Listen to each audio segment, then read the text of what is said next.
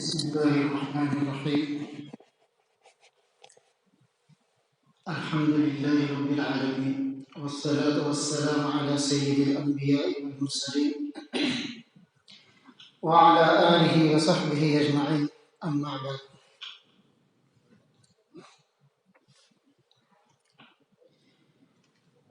جہاں تک بات ہوئی ہے اس سے آگے چلا جائے.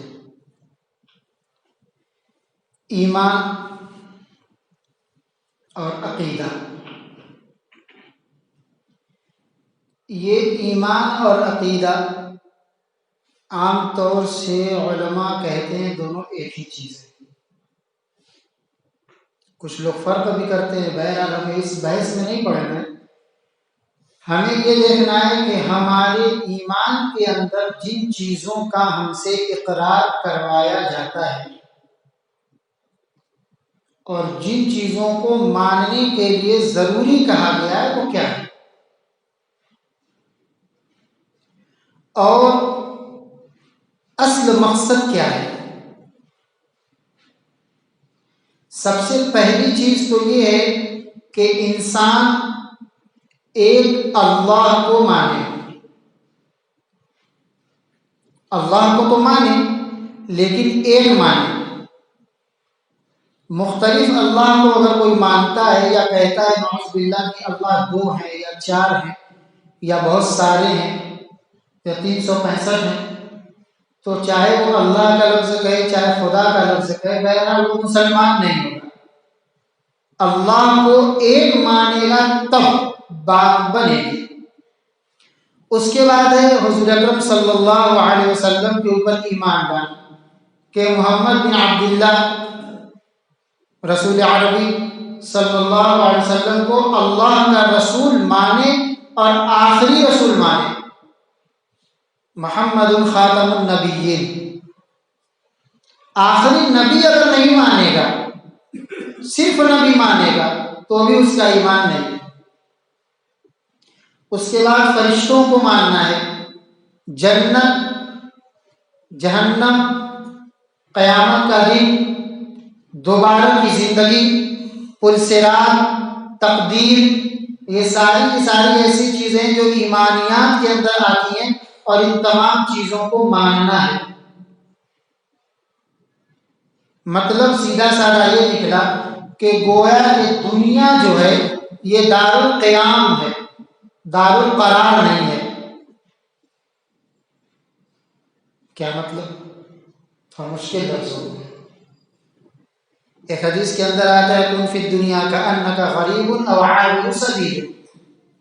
دنیا میں ایسے زندگی گزارو جیسا کہ کوئی پردیسی ہے.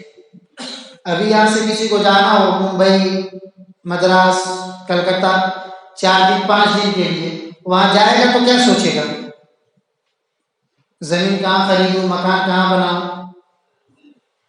ہاں، کیا سوچے گا؟ بس کسی ہلکے پھلکے کمرے میں رہ لو، کسی ہوٹل میں رہ لو اور جلدی سے جلدی اپنا کام نمٹا کر کے یہاں سے چلتے رہو. بس یہی چیز ہے کہ دنیا کے اندر ایسے ہی رہنا ہے. بس تھوڑی اقامت ملی ہے، گنجائش ملی ہے، ایک موقع ملا ہے جہاں پر رہنے کا اور ایک کام کرنے کا. اس کام کو کرنے کے بعد پھر ہمیں چلے جانا ہے، جا کر کے ہمیشہ رہنا ہے جنت میں انشاءاللہ. وہ اصل چیز ہے. جب انسان کے سامنے آخرت کا عقیدہ رہے گا کہ دنیا ہی سب کچھ نہیں ہے، دنیا گزرنی ہے، گزر جائے گی، سب کچھ آخرت ہے، تو پھر اس کو ایمان کی قیمت سمجھ میں آئے گی. اور اگر وہ دنیا ہی کو سب کچھ سمجھ لے گا تو پھر وہی شکل پیدا ہوگی جو مولانا نے ابھی حدیث پڑھی تھی کہ بادروا بالاعمال فتنا، فتنۃ کی جمع فتن، فقطع اللیل مظلما، یہ قطع ہے، قطع قطعۃ کی جمع. یصبح الرجل مؤمنا ویمسی کافرا. اخیر میں جو حضرت اکرم صلی اللہ علیہ وسلم نے بیان کیا یبیع دینہ بعرض من الدنیا، اس کے لیے دنیا اتنی اہم ہو جائے گی، دنیا کی چمک دمک، دنیا کی مالداری، گاڑی گھوڑے بنگلے، یہاں کی نمائش، یہاں کا دکھاوا، یہاں کی شہرت، دو پیسے کی عزت اس کے لیے اتنی اہم ہو جائے گی کہ وہ ان تھوڑی تھوڑی چیزوں کے لیے اپنے ایمان کو بیچ دے گا، ایمان کا سودا کرے گا۔ کیوں؟ اس لیے کہ دنیا کی عظمت اس کے دل کے اندر آ چکی ہے، اب آخرت اس کے لیے کوئی بڑی چیز نہیں ہے۔ آخرت کے اوپر ایمان اگر مضبوط ہو جائے گا تو سارے مسائل پھر دنیا کے آٹومیٹک حل ہوتے چلے جائیں گے۔ یہ اہم چیز ہے۔ اب ہمارا جو آج کا مقصد ہے وہ ہے کلمے کا دوسرا جز، محمد الرسول اللہ۔ میں نے آپ لوگوں کو ابھی بتا دیا کہ اگر کوئی آدمی حضور اکرم صلی اللہ علیہ وسلم کو اللہ کا رسول مانے اور آخری رسول نہ مانے تو آدمی مسلمان نہیں ہوگا۔ حضور اکرم صلی اللہ علیہ وسلم کو آخری نبی ماننا ایمان کا جز ہے، جیسے اللہ کو ایک ماننا ایمان کا جز ہے، ایسے ہی حضور اکرم صلی اللہ علیہ وسلم کو آخری نبی ماننا بھی ایمان کا جز ہے۔ اب یہ آخری نبی حضور اکرم صلی اللہ علیہ وسلم کو ہم جو مانتے ہیں، ما كان محمد ابا احد من رجالکم ولکن رسول اللہ وخاتم النبیین، یہ آیت ہے۔ اس آیت کی اگر تشریح توضیح میں ہم لوگ پڑھیں گے تو میرے خیال سے 10 بج جائے گا۔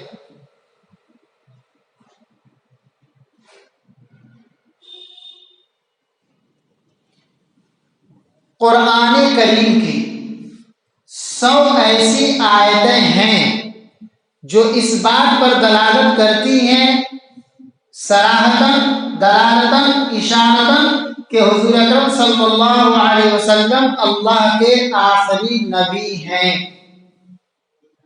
جیسے اس آیت میں ہے وَلَٰكِن رَسُولَ اللَّهِ وَخَاتَمَ النَّبِيِّينَ، ایسے ہی 200 صحیح احادیث اس بات پر دلالت کرتی ہیں کہ حضور اکرم صلی اللہ علیہ وسلم کو اللہ تعالیٰ نے آخری نبی بنا کے بھیجا اور یہیں پر نبوت کا دروازہ بند کر دیا، کوئی دوسرا نبی نہیں آئے گا۔ جیسے حضور اکرم صلی اللہ علیہ وسلم نے ایک حدیث شریف کے اندر بالکل واضح ارشاد فرمایا الا انا خاتم النبیین ولا نبی بعدی، کان کھول کے سن لو، غور سے سن لو، اچھی سے سن لو کہ میں آخری نبی ہوں، اب میرے بعد کوئی نبی پیدا نہیں ہوگا، میرے بعد کوئی نبی پیدا نہیں ہوگا، میرے بعد کوئی انسان ایسا پیدا نہیں ہوگا جسے نبوت دی جائے اور پھر وہ اعلان کرے کہ میں اللہ کا نبی بنا کر کے بھیجا گیا ہوں، ایسا کوئی چانس نہیں ہے۔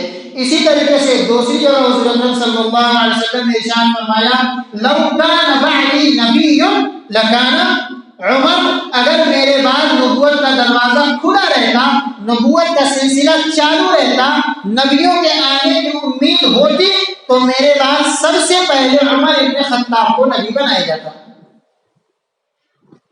لیکن چونکہ نبوت کا دروازہ بند ہو چکا ہے، اب نبی آنے والے نہیں ہیں، اسی لیے عمر ابن خطاب بھی نبی نہیں ہوں گے۔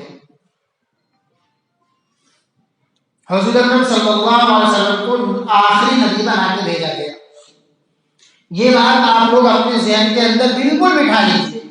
اب آخری نبی ہونے کا کیا مطلب ہے؟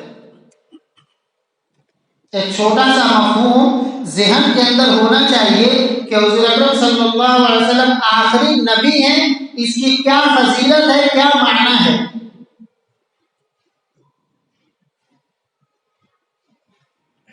اب اگر سیدھے سیدھے دیکھا جائے تو الجھن ہو جائے گی۔ جیسے مجلس ہو رہی ہے، بہت سے لوگ ہیں، اس میں جو آدمی سب سے بعد میں آئے گا وہ سب سے اچھا ہوگا یا سب سے پہلے جو آئے گا وہ اچھا ہوگا؟ جو پہلے آئیں گے وہ اچھے مانے جائیں گے، جو سب سے بعد میں آئیں گے وہ کیسے اچھے مانے جائیں گے؟ تو حضور اکرم صلی اللہ علیہ وسلم کو سب سے بعد میں بھیجا گیا تو اس میں کون سی اچھا نہیں ہے؟ بعد میں آنا کون سی اچھی بات ہے؟ بعد میں آنے سے کیا فضیلت ثابت ہو جائے گی؟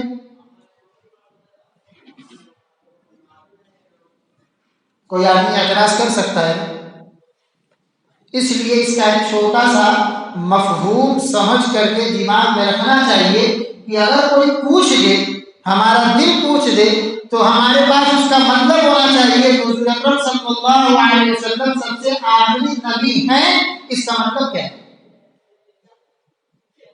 ہونا چاہیے مطلب یہ ہے کہ اللہ رب العزت نے حضور اکرم صلی اللہ علیہ وسلم کو تمام انبیاء کا سردار بنایا۔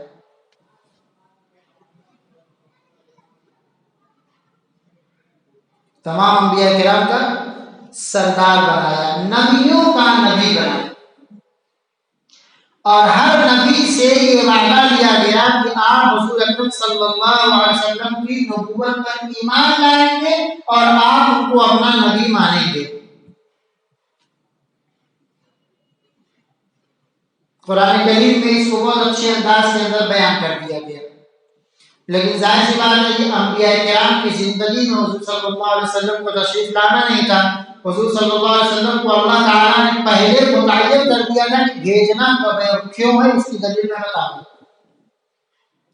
پھر جب حضور صلی اللہ علیہ وسلم تشریف لائے تو معراج کرائی گئی، معراج کرائی گئی، اور معراج کا دو حصہ رکھا گیا۔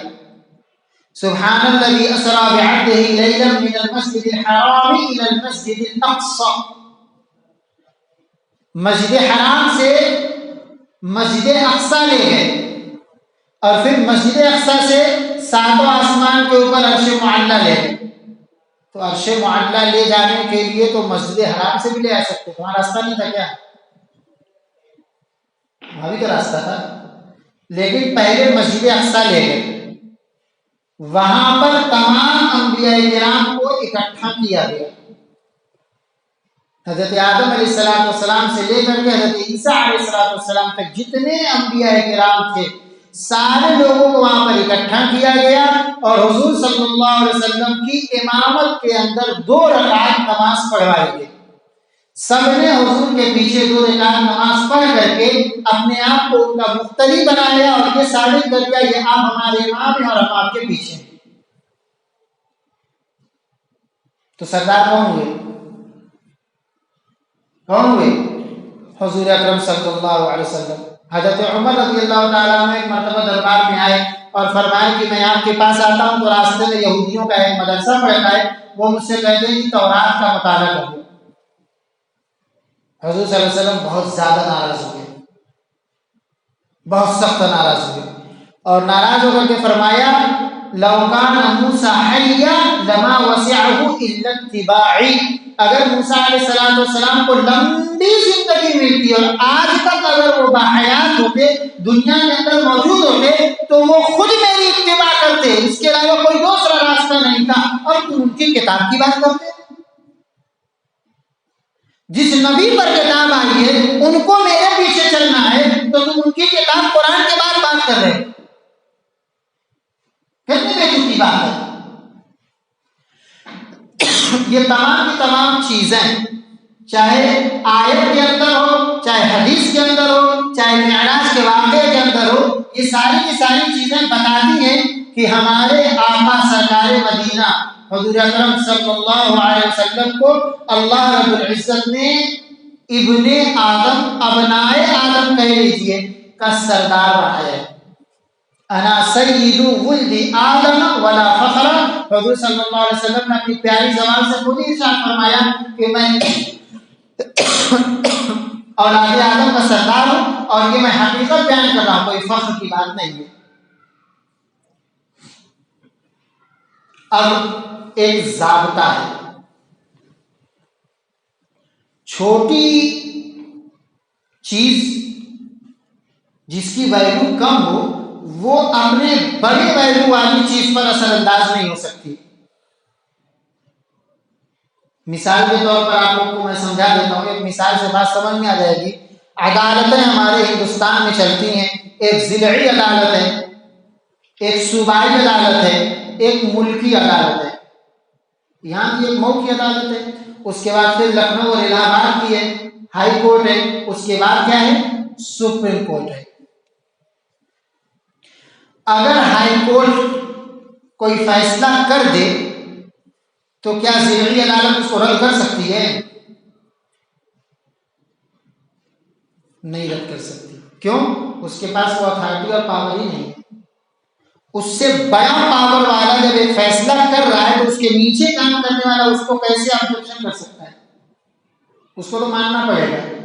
مثلا کمشنر اگر کوئی آدیش دے دے کہ ضلع کے اندر ایسے کرنا ہے تو ڈی ایم کی اوقات ہے کہ اس فیصلے کو رد کر کے کوئی دوسرا قانون لا کے دکھائے کہ نہیں ایسے کرنا ہے. نہیں کر سکتا. ڈی ایم کے ساتھ چلے گا. ایک ڈی ایم دوسرے ڈی ایم کے فرمان کو بدل سکتا ہے. ایک کمشنر دوسرے کمشنر کی بات رد کر سکتا ہے. ایک ہائی کورٹ دوسرے ہائی کورٹ سے ٹکرا سکتی ہے. ایک سپریم کورٹ دوسرے سپریم کورٹ سے ٹکرا سکتی ہے. لیکن سپریم کورٹ کوئی فیصلہ ہے اور ہائی کورٹ اس کو رد کر دے، ایسا نہیں ہو سکتا. ہائی کورٹ کو ہر حال میں ماننا ہی پڑے گا. ہائی کورٹ کا کوئی فیصلہ ہو گیا، ضلع کی عدالت کو ہر حال میں ماننا ہی پڑے گا. وزیر اعلیٰ نے کچھ کہہ دیا تو سارے ایم ایل اے کو اس کو ماننا ہی پڑے گا. بحث تک آپ چل سکتے ہیں لیکن فیصلہ جب ہو جائے گا تو آپ نہیں چل سکتے. اب جب حضور اکرم صلی اللہ علیہ وسلم کو تمام انبیاء کا سردار بنایا گیا تو آپ کی ویلیو سب سے اوپر ہو گئی اور تمام انبیاء کرام حضور صلی اللہ علیہ وسلم کے پیچھے ہو گئے. اب اگر حضور صلی اللہ علیہ وسلم کو پہلے لاتے اور کسی نبی کو حضور صلی اللہ علیہ وسلم کے بعد میں لاتے تو نبی صلی اللہ علیہ وسلم کے بعد جو کوئی دوسرا نبی آتا اس کا مقصد کیا ہوتا؟ اس کا مقصد کیا ہوتا؟ لوگوں میں دین کا کام کرنا. تو دین کا کام کرنے کی ذمہ داری تو علماء کو دے دی گئی ہے. نبی ہی کا ہونا یہ ضروری نہیں تھا، علماء کرام کے ذریعے کام ہو سکتا تھا. اب اگر شریعت میں تبدیلی ہوتی جیسے ہوتی آئی ہے، موسیٰ علیہ السلام کی شریعت میں کچھ اور تھا، عیسیٰ علیہ السلام کی شریعت میں کچھ اور تھا، حضور صلی اللہ علیہ وسلم ان کی شریعت میں بدل گئے. بہت ساری باتیں آپ کو جانتے ہیں جو بدل چکی ہیں. اگر بدلتے تو جو نبی مقتدی ہے اس کی شریعت سے امام کی شریعت کو بدلنا لازم آتا اور یہ اچھی بات نہیں ہے. یہ ویلو گھٹانے والی بات ہے، انسلٹ والی بات ہے. آپ پوزیشن ہائی کیے ہوئے ہیں اور نیچے والے سے اس کی بات کو کاٹ رہے ہیں تو یہ کون سی پوزیشن ہے؟ لہذا یہ حکمت ہوئی کہ جب حضور صلی اللہ علیہ وسلم کو سب کا سردار بنایا گیا ہے تو حضور صلی اللہ علیہ وسلم کی شریعت کو سب سے بعد میں لایا جائے تاکہ یہ تمام شریعت پر فیصلہ کر سکے اور ان کے بعد کوئی دوسری شریعت اس کے بارے میں فیصلہ نہ کرے. اور یہی قیامت تک باقی ہے. اس لیے حضور صلی اللہ علیہ وسلم کو سب سے اخیر میں بھیجا گیا اور اسی کا مطلب ہے آخر نبی خاتم نبوت. یہ ہے فضیلت. اب ایک عام بات شبہ پیدا ہوتا ہے کہ بھائی حضور صلی اللہ علیہ وسلم کو ہم آخری نبی مانتے ہیں، اگر کوئی نبوت کا دعویٰ کر دیا کسی نے مان لیا تو کیا برائی ہے؟ برائی تو بہت بڑی ہے. جو فضیلت ہمارے نبی صلی اللہ علیہ وسلم کو ملی ہوئی ہے اس فضیلت کے اوپر کوئی اور ڈاکہ ڈالے اور ہم اس کے اوپر خاموش رہیں گے، کون سی بڑی بات؟ بدی بات ہے تو کہ ہمارے گھر کا سامان کوئی لوٹ اور ہم چپ رہے. یہ ختم نبوت ہے. لہذا حضور اکرم صلی اللہ علیہ وسلم کے بعد اب کسی قسم کی نبوت کا دروازہ کھلا نہیں ہے، ہر طریقے سے بند کر دیا گیا. اب قیامت کی صبح تک کوئی نبی اللہ کی طرف سے بھیجا نہیں جائے گا. اس کا اعلان قرآن نے بھی کر دیا، اس کا اعلان حضور اکرم صلی اللہ علیہ وسلم کی احادیث میں بھی ہو چکا ہے. اب یہ دنیا قیامت تک ایسے ہی چلے گی. اصلاح کا کام کون کریں گے؟ آپ نے فرمایا علماء کریں گے. اللہ تعالیٰ اس میں مجدد پیدا کریں گے، علماء پیدا کریں گے اور یہ دین کا کام کریں گے. علماء کے مقام کو بلند کر دیا گیا. علماء امتی کا علماء کا انبیاء بنی اسرائیل، میری اس امت کے علماء کا مقام انبیاء بنی اسرائیل کے برابر ہے. جیسے بنی اسرائیل کے انبیاء کو جو درجہ دیا گیا قیامت کے دن علماء کو وہی درجہ دیا جائے. یہ آپ کے اس قوم کے عالم کا مقام ہے، سمجھنے کی ضرورت ہے.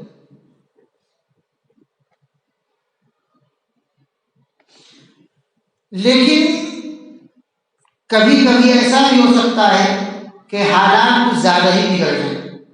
ایمرجنسی کنڈیشن ہوتی ہے نا، کہیں کہیں گر سکتی ہے، کہیں گر سکتی ہے۔ اگر حالات اتنے بگڑ جائیں کہ کنٹرول سے باہر ہوں تو فرمایا مجدد آئیں گے، ہر 1000 سال پر ایک مجدد آئیں گے اور وہ دین کا کام کریں گے، پھر بگڑے ہوئے ذہنوں کو ایسا وہ اصلاح کریں گے اور شریعت ایسے آسان زبان میں اس وقت کی زبان میں سمجھائیں گے کہ لوگوں کو شریعت کی سمجھ میں آ جائے گی۔ زبانیں بدلتی ہیں، وقت بدلتا ہے، حالات بدلتے ہیں تو لوگوں کی سوچ بدلتی ہے تو بہت ساری چیز بدل جاتی ہے اور ان کو پرانے ماڈل کی چیز سمجھ میں نہیں آتی۔ اب شریعت کو اس زبان میں اس ماحول میں رہ کر کے سمجھانے کی ضرورت ہے۔ چیز وہی رہے گی، سمجھانے کا لہجہ آپ کو بدلنا پڑے گا۔ اور حالات بگڑیں گے تو فرمایا کہ پھر جب حالات ایک دم ہی بگڑ جائیں گے تو اللہ تعالیٰ میری نسل سے ایک آدمی پیدا کریں گے اور پھر وہ اصلاح کا کام کریں گے۔ وہ کون ہوں گے؟ حضور صلی اللہ علیہ وسلم فرمایا وہ مہدی ان کو کہا جائے گا۔ وہ مہدی ہوں گے تو کون ہوں گے؟ آپ صلی اللہ علیہ وسلم نے فرمایا یوامئ اسمہ اسمی و اسم ابیہ اسم ابی۔ سب سے پہلی بات یہ ہوگی کہ جو مہدی اللہ کی طرف سے آئے گا اس کا نام میرے نام کے مطابق ہوگا، یعنی وہ میرا ہم نام ہوگا اور اس کی ولدیت میرے ابا کے نام کی جیسی ہوگی، وہ ہمارے ابا کے نام کے ہم نام ہوگا۔ اب ہم نام کا مطلب یہ ہوتا ہے کہ دونوں کا نام ایک ہو۔ اگر ایک کا نام عبداللہ ہے اور دوسرے کا نام عبید اللہ ہے تو ایک نام نہیں کہا جائے گا، ہم نام نہیں کہا جائے گا، چاہے مانا مطلب ایک ہو لیکن ہم نام نہیں کہیں گے۔ ایک کا نام خالد ہے، دوسرے کا نام خالد ہے، تب کہیں گے دونوں ہم نام ہیں، تبھی تو کہیں گے ہم نام ہیں۔ آپ صلی اللہ علیہ وسلم فرمائے کہ مہدی میرے ہم نام ہوں گے، مطلب ہے کہ حضور صلی اللہ علیہ وسلم کا نام جو محمد تھا تو ان کا بھی نام محمد ہی ہوگا، اور جیسے آپ کے والد محترم کا نام عبداللہ تھا تو ان کے بھی ابا کا نام عبداللہ ہوگا۔ اب سوال یہ کہ دنیا کے اندر تو بے شمار لوگ پیدا ہوتے ہیں جو محمد بن عبداللہ ہو سکتے ہیں۔ پھر فرمایا من ولدی فاطمہ من عطرتی، وہ میرے پریوار سے ہوگا۔ بھئی آپ کا پریوار تو بہت لمبا ہے، کس کی نسل میں تلاش کریں گے؟ فرمایا فاطمہ کی نسل میں تلاش کرو، فاطمہ کی نسل میں ہوں گے، میرے خاندان سے ہوں گے اور ان کا نام محمد بن عبداللہ ہوگا، مدینے کی پیدائش ہوگی۔ اب اتنی ساری باتیں حضور اکرم صلی اللہ علیہ وسلم نے ارشاد فرما دی۔ اب اگر کوئی آدمی مہدی ہونے کا دعویٰ کرے، خوب غور سے سنیے، اگر کوئی آدمی مہدی ہونے کا دعویٰ کرے تو پہلی مرتبہ کان جھاڑ، پہلی مرتبہ کان جھاڑ کے چل دو۔ کیوں؟ اس لیے کہ جو دعویٰ کرے گا مہدی ہو ہی نہیں سکتا، جو دعویٰ کرے گا وہ مہدی ہو ہی نہیں سکتا۔ حضور اکرم صلی اللہ علیہ وسلم نے فرمایا کہ لوگ اس کو پہچانیں گے کہ یہ مہدی ہے، وہ بتائیں گے نہیں کہ میں مہدی۔ تو جب حضور صلی اللہ علیہ وسلم نے فرما دیا کہ لوگ اس کو پہچانیں گے، وہ دعویٰ نہیں کریں گے، تو جو دعویٰ کرا، جو دعویٰ کیا، جو اپنے آپ کو بتایا، وہ حدیث کی روشنی میں کیا ہو گیا؟ پہلے ہی جھوٹا ہو گیا۔ اس کے بعد ضروری ہے کہ وہ محمد ہو، محمد بن عبداللہ ہو۔ اس کے بعد ضروری ہے کہ حضرت فاطمہ کی نسل سے ہوں، حسنی اور حسینی۔ والد کا نسب حضرت حسن سے مل رہا ہوگا اور والدہ کا نسب حضرت حسین سے مل رہا ہوگا، ایک طرف سے حسنی ہے ایک طرف سے حسینی ہے، فاطمی ہے، مدینے کی پیدائش ہوگی، انتہائی نیک صفت ہوگی۔ تو کیسے پہچانیں گے؟ کیا ہوگا؟ کیسے لوگ جانیں گے؟ فرمایا کہ جو نجد کا علاقہ ہے، عرب سعودیہ اس وقت، اس میں موجودہ بادشاہ کا انتقال ہو جائے گا اور انتقال کے بعد نئے خلیفہ کے انتخاب میں اختلاف ہوگا۔ حوث کا دور ہے، ہر آدمی چاہتا ہے کہ مجھ کو پوری دولت اور دنیا مل جائے، تو اختلاف ہوگا اور کئی ایک دعوے دار ہوں گے اپنے آپ کو خلیفہ بنانے کے۔ اور جو بھی دعوے دار ہوگا اس کو ماننے والی ایک جماعت کھڑی ہو جائے گی، آپس میں ایک دم ٹکراؤ کی کیفیت ہوگی، خوریزی کا معاملہ ہوگا کہ اگر ایک آدمی کے ہاتھ پر بیعت لیتے ہیں تو اور جو بقیہ جو دعوے دار ہیں ان کے ماننے والے اس کو ماننے کے لیے تیار نہیں ہیں، خون خرابہ کرنے کے لیے تیار ہیں، اور اگر دوسرے کو مانتے ہیں تو بقیہ والے یہی معاملہ کر رہے ہیں۔ اب حالات اتنے پیچیدہ ہو جائیں گے کہ لوگوں کی عقلیں حیران ہوں گی کہ اب کیا کیا جائے۔ جتنے دعوے دار ہیں سب کے پیچھے ایک قوم لگی ہوئی ہے، اور اگر کسی ایک کو بناتے ہیں تو دوسرا اس کا مخالف پوری شدت کے ساتھ سامنے آ رہا ہے، ٹکرا رہا ہے، کیا کریں گے؟ تب ایسی صورت میں جو اپنے وقت کے اولیاء ہوتے ہیں، اولیاء کے اولیاء ہوتے ہیں، قطب اور ابدال کہا جاتا ہے، ایسے نیک لوگ ان کو دیکھیں، ان کو پہچانیں گے کہ یہ آدمی چہرے سے، شکل و صورت سے کافی نورانی دکھ رہا ہے اور بڑا وجیح انسان ہے، نیک طبیعت کا آدمی ہے، اس کو اگر خلیفہ کے طور پر کھڑا کر دیا جائے تو سارے لوگ اس کو بلا جھجک مان لیں گے، آگے بڑھ کے کہیں گے کہ بھائی آپ جو ہے اگر اس وقت خلافت اپنے ہاتھ میں لے لیں اور حکومت اپنے ہاتھ میں لے لیں تو بہت بڑی خوریزی سے بچ جائیں گے، ورنہ بڑا جھگڑا ہوگا، بڑی لڑائی ہوگی اور نہ جانے کتنے بے گناہ مارے جائیں گے۔ یہ اللہ والے آدمی مدینے سے مکے بھاگ جائیں گے، پھر نہ مجھ کو یہ سب جھنجٹ میں نہیں پڑنا ہے۔ پھر لوگ مکے جائیں گے اور جو خانہ کعبہ کے چاروں طرف جو آنگن بنا ہوا ہے جہاں سے لوگ طواف کرتے ہیں اس کو کہا جاتا ہے مطاف، طواف کرنے کی جگہ۔ مطاف میں وہ طواف کر رہے ہوں گے تو پھر ان پر نظر پڑے گی، پھر ان کو گھیریں گے، پھر ان سے درخواست کریں گے، وہ انکار کریں گے، یہ لوگ اصرار کریں گے، حالات سمجھائیں گے، ان کو مطمئن کریں گے، ان کو بتلائیں گے، تب وہ تیار ہوں گے کہ چلو ایسی بات ہے تو میں بات مان لیتا ہوں۔ پھر حجر اسود اور بیت اللہ کا جو دروازہ ہے اس کے درمیان میں ان سے بیعت لی جائے گی اور وہ اپنی خلافت کا اعلان کریں گے اور رفتہ رفتہ لوگ ان کے ہاتھ پر بیعت کر لیں گے، لفڑا جھگڑا سب ختم ہو جائے گا۔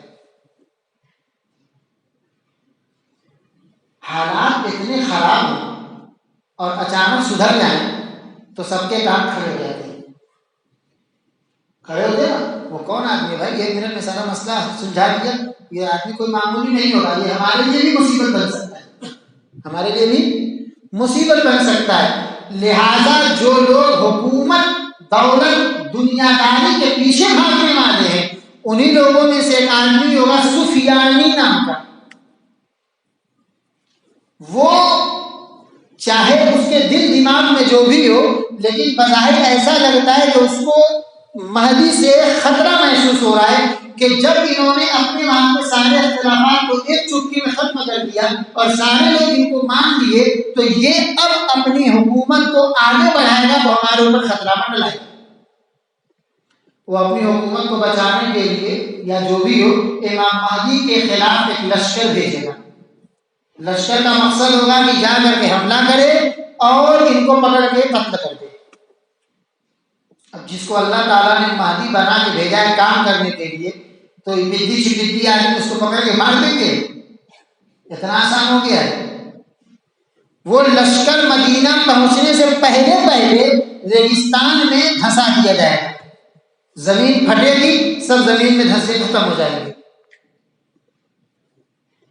یہ ایک زبردست حادثہ ہے، کیا ہے؟ زبردست واقعہ ہے۔ یہ کوئی ایسی بات نہیں ہے کہ آدمی دیکھے گا اور نظر انداز کر دے گا، یہ ایسی بات ہے کہ لوگوں کے دماغ کو جھجھوڑ میں رکھ دے گا۔ جب لشکر زمین میں دھسے گا تو یہ ایک خبر بنے گی گرما گرم، یہ خبر پہنچے گی شام، یمن اور دوسری جگہوں پر، تو وہاں کے کتب اور ابدال کہیں گے کہ یہ لشکر جو سفیانی کا دھسایا گیا ہے، یہ لشکر دھسایا جانا یہ علامت ہے امام مہدی کے آنے کی، اس کا مطلب ہے کہ امام مہدی آ چکے ہیں، اب وہ اپنی تحریک کریں گے۔ اس کے بعد وہ وہاں سے آئیں گے اور مدینے آ کر کے امام مہدی جو ہیں اور اب تک کسی کو پتہ نہیں ہے ان کے ہاتھ پر بیعت کریں گے، اور اب وہ لوگ اظہار کریں گے کہ امام مہدی یہی ہے۔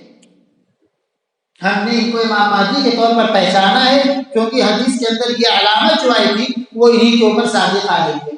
پھر ان کا نام محمد ہے اور ابا کا نام عبداللہ ہے، اور نسب ایسے ایسے اور ایسے حالات میں اسے بیان کی گئی ہے، اور یہ کیفیت پیدا ہوئی ہے، سارے لوگوں کا ذہن مطمئن ہو جائے گا کہ امام مہدی ہے۔ اس کے بعد یہ ایک لشکر اپنا تیار کریں گے کہ پوری دنیا کے اندر مسلمانوں پر جہاں جہاں ظلم ہو رہا ہے، ظالم کا ہاتھ پکڑنے کے لیے اور اس کے غریبان تک اپنا پنجہ لے جانے کے لیے ایک لشکر اسلامی تیار ہوگا، انتہائی جران اور بڑے بہادر اللہ والے لوگ اس کے اندر شریک ہوں گے، اور جب وہ مدینے سے وہ کالا جھنڈا لے کر کے نکلیں گے تو جس ظالم کے علاقے میں وہ پہنچیں گے اس کے ظلم کو ختم کرنے آگے بڑھیں گے اور فتح کا سلسلہ شروع ہو جائے گا۔ اب خالی انصاف چلے گا، مساوات چلے گی، اسلام کا صحیح قانون چلے گا۔ اب وہ جمہوریت جس کا ڈھونگ رچتے ہیں، جمہوریت نہیں چلے گی، منمانی نہیں چلے گی، شہنشاہیت نہیں چلے گی، ڈکٹیٹری نہیں چلے گی۔ ہر ایک کو اس کا حق ملنا چاہیے، اور ہر ایک کو حق دلانے کے لیے، عدالت کو عام کرنے کے لیے، اللہ کی شریعت کو پھیلانے کے لیے لشکر نکلے گا، اور ہر جگہ فتح پاتا چلا جائے گا تو پوری دنیا کے اندر لوگوں کی نگاہ اس لشکر پر جائے گی۔ حضور نے فرمایا یعرفہ کل مسلم، پھر ہر مسلمان اچھی طریقے سے جانے گا کہ کیا ہے۔ اب جو لوگ جان گئے ان کی ذمہ داری ہے کہ آ کر کے امام مہدی سے بیعت کریں، ان کو اپنا خلیفہ مانیں۔ یہ سلسلہ چلے گا 6 سال تک۔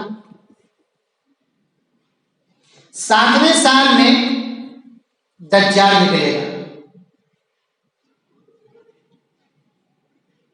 ایران کے آخری چھورے پر ایک یہودیہ قریہ ہے، گاؤں، قریہ کے معنی گاؤں، یہودیہ قریہ ہے، گاؤں ہے، اس میں اصفہان کا علاقہ ہے، جہاں پہ گاؤں ہے اصفہان، اس اصفہان کے علاقے سے ہی دجال آئے گا، اسی راستے سے۔ جو اصفہان کا علاقہ ہے وہ ایران سے لگا ہوا ہے، ایران ہی کی سرحد میں وہ آتا بھی ہے اس وقت۔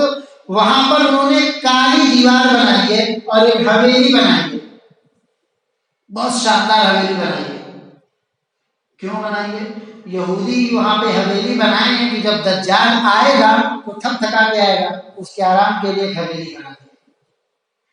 اب وہاں پہ کالے پتھر کی دیوار ہے، جیسے بیت اللہ کا پتھر کالے کلر کا ہے، جو لوگ گئے ہوں گے پردہ کو دیکھے ہوں گے یا فوٹو میں دیکھے ہوں گے تو سفید نیلا پیلا نہیں ہے، سیاہی مائل ہے۔ ایسے ہی وہ کالے پتھر کی دیوار ہے، اور یہ لوگ جا کر کے ہاتھ لگا کے گال بند کر کے اس کے اوپر، اور وہ بلاتے ہیں کہ اے دجال آ جاؤ، اے دجال آ جاؤ، ان کے اپنے الگ منتر ہیں، وہ وہی پڑھتے ہیں اور اس کو بلاتے ہیں، دجال کو بلاتے ہیں۔ حضور صلی اللہ علیہ وسلم نے فرمایا کہ اصفہان کے اندر جب 80,000 یہودی جمع ہو جائیں اور دجال کو بلانے کے لیے جمع ہوں گے تو سمجھو کہ دجال آنے والا ہے۔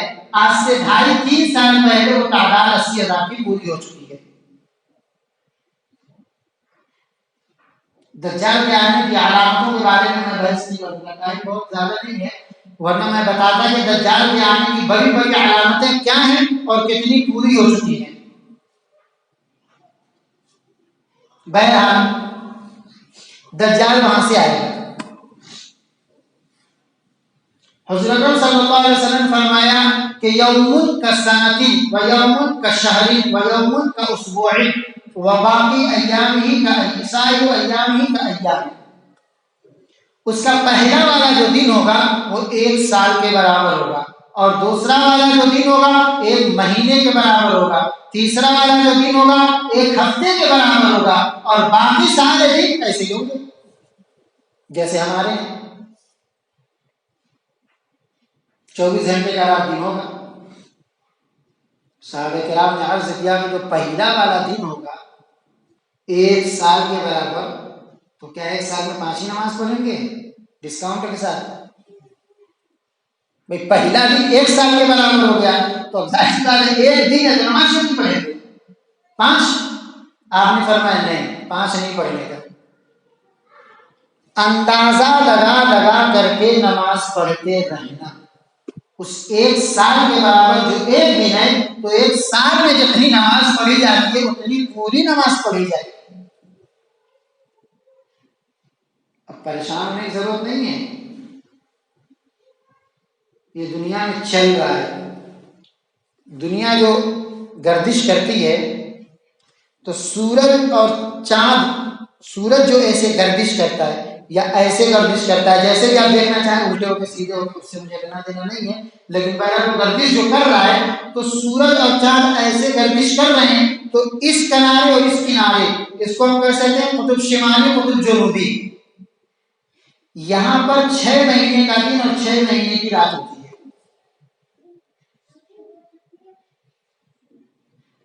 تو وہاں کے جیسے نماز پڑھتے ہیں 6 مہینے کی نماز پڑھتے ہیں، اور 6 مہینے کی رات ہوتی ہے تو رات میں 6 مہینے کی نماز پڑھتے ہیں، اور اسی 6 مہینے میں انہوں نے ترتیب بنا رکھی ہے کھانے کی، سونے کی، ہر چیز کی، تو اسی اعتبار سے جیسے وہ قطب شمالی قطب جنوبی والے ایک سسٹم بنا کے کر رہے ہیں، ایسے ہم کو بھی کرنا پڑے گا جب پہلا سال، وہ پہلا دن 1 سال کے برابر ہوگا۔ اب وہ کیا کرے گا؟ دجال کون ہے؟ دجال ایک انسان ہے۔ کیسے بتا؟ بتانے والے نے بتا دیا۔ کون بتایا؟ حضور اکرم صلی اللہ علیہ وسلم نے ارشاد فرمایا کہ میں نے ایک رات خواب دیکھا، اریت فی المنام، مجھے خواب میں دکھایا گیا، بیت اللہ مسجد ہے، اس میں ایک آدمی طواف کر رہے تھے، لمبے لمبے بال، لمبی ناک، اچھی پیشانی، خوبصورت گورے چٹکے ایک دم۔ میں نے پوچھا من ہاذا؟ فرشتے نے کہا کہ یہ مسیح عیسیٰ ابن مریم ہے، انتہائی خوبصورت۔ پھر ایک اور نظر ایک آدمی پر نظر پڑی، چوڑی پیشانی والا، لمبی ناک والا، گھبرالے ایک دم بال، جیسے بھیڑ کے دمبے کے بال ہوتے ہیں ایسے بالکل بال۔ میں نے پوچھا یہ کون ہے؟ تو فرمایا کہ یہ مسیح دجال ہے۔ اب حضور صلی اللہ علیہ وسلم نے دیکھا تھا تو فرمایا بعد میں اس کی علامتیں بنائیں کہ جو دجال آئے گا وہ ٹھلوے قد کا ہوگا، گٹھیلے بدن کا ہوگا، چوڑی پیشانی کا ہوگا، بال اس کا بہت زیادہ گھبرالا ہوگا، اس کی داہنی آنکھ انگور کی طرف باہر آئی ہوئی ہوگی۔ انگور کی طرف باہر آئی ہوئی ہوگی کا مطلب آپ کہتے ہیں انگور تو سبھی کھانے کا، ایسا تو ہے نہیں کوئی کہہ دے گا میں انگور دیکھا ہی۔ جیسے بچے ہوتے ہیں، اگر ان کو کوئی چیز کھانے کا من ہوگا، کوئی چیز لا کر رکھو تم تو کھا لو، اب تک تو میں وہ چیز دیکھا ہی نہیں، مطلب مجھے چاہیے۔ انگور جب آپ لائیں گے پانی کے اندر ڈالیں گے نا تو کچھ انگور کے دانے پانی میں تیرتے ہیں،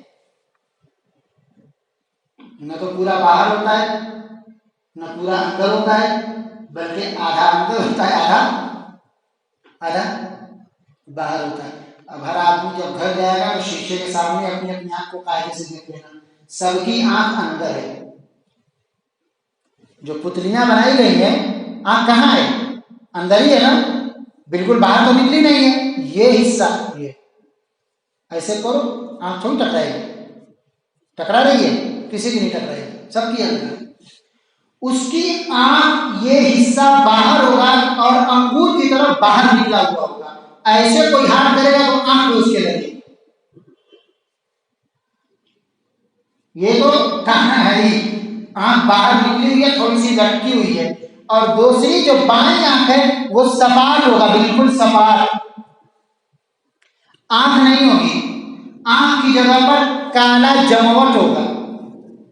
کچھ لوگوں کے چہرے پر ہاتھ پر کالا بالکل ہوتا ہے، موٹا چمڑا، اس پر بال جم جاتا ہے، جیسے ہمارے وہاں چوکٹی جس کو بولتے ہیں، زخم پر جو جم جاتی ہے ویسا ہی کچھ حصہ ہوتا ہے، ویسا ہی چوکٹی نما رہے گا اور اس پر کالا موٹا بال رہے گا، یعنی ایک آنکھ تو غائب ہی ہے، دوسری آنکھ ہے وہ بھی خراب ہے۔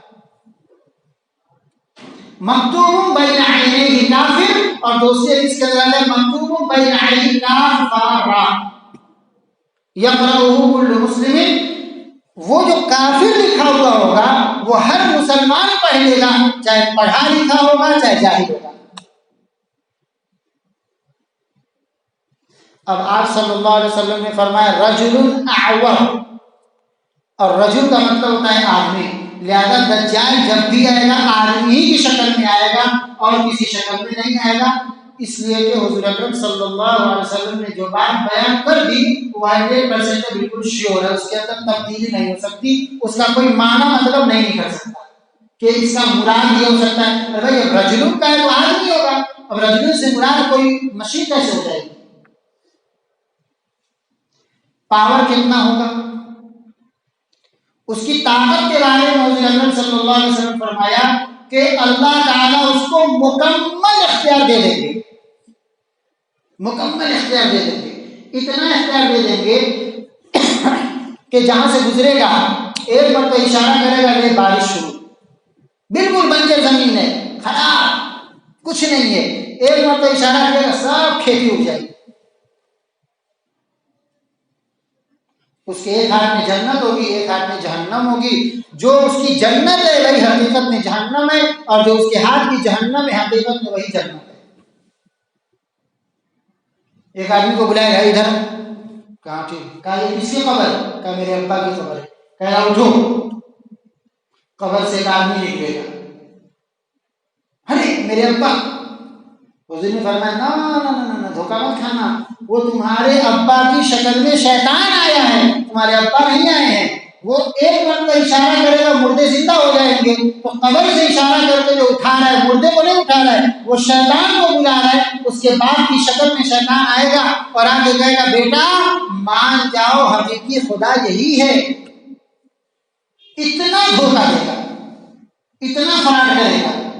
ایک نوجوان کو رہتا ہے ادھر